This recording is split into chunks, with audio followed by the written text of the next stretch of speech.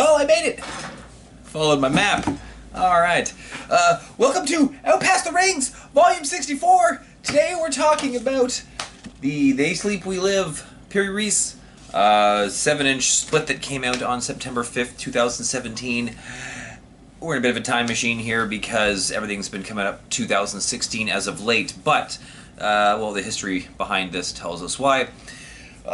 They Sleep We Live first released the split 7-inch with VSOM, which I helped release, and then they next put out the 12-inch EP, one-sided silkscreen.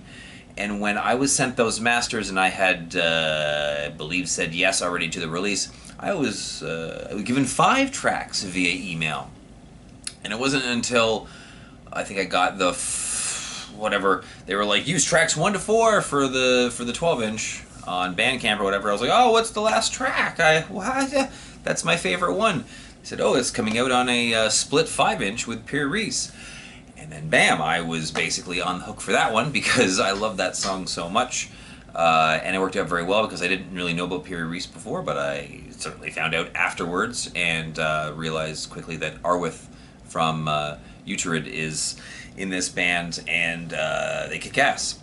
So that's how that came to be. The 12-inch EP was released, I think, almost a year before the split 7-inch. So I said yes. I guess I had said yes to these two simultaneously. So it was 63 and 64 in the as catalog numbers. But if you look at the historical release date, there's a year in between those two.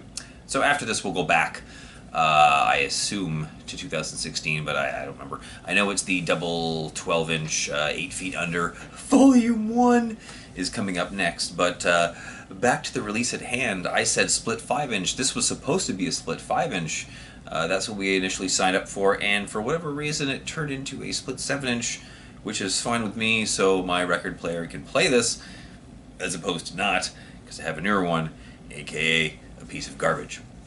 The split came out on 300 copies. I don't know the exact breakdown if it's 150, but I assume that half are black and half are yellow, but maybe it's something more like 200 black and 100 yellow.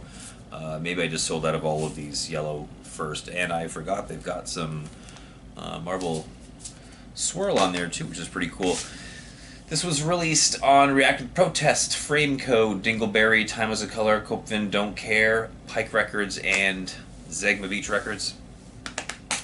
They Sleep We Live, this was their final release, and Piri Reis has released a fair amount of stuff afterwards, including, well, not including, but I have heard the new 12-inch LP, because we're going to help release it, and it's amazing. So that got delayed at the plant because of COVID and all that stuff, so we expect that in 2021. It's already been at the press for, I want to say, at least 3-4 months, so shouldn't be too long. I don't know, we'll see. I guess to lead us out, I will put on a song by each band. Oh yeah, I almost forgot to say. Piri Reis is much more emo violence sounding, very fast, very short songs. This one does have a longer one of their songs at 126. That's pretty long. I would compare them to maybe like Orbits into Benjamin meets Plague Walker or something like that. Very cool stuff from Malaysia. They Sleep We Live is, what is it? It's the synths make it kind of bright calm blue meets a bit of Funeral Diner through a German filter. It's also very good. This, like I said before, is their shortest and fastest song, most definitely darkest song as well. Not actually like the heaviest vocal wise, but it's like it's the closest thing to their emo violence song, even with the synths and stuff in there. I guess we should say Flying Worker then, shouldn't we? All right, I guess we will end it there, and until next time, I will leave you to the I Want to Live dance.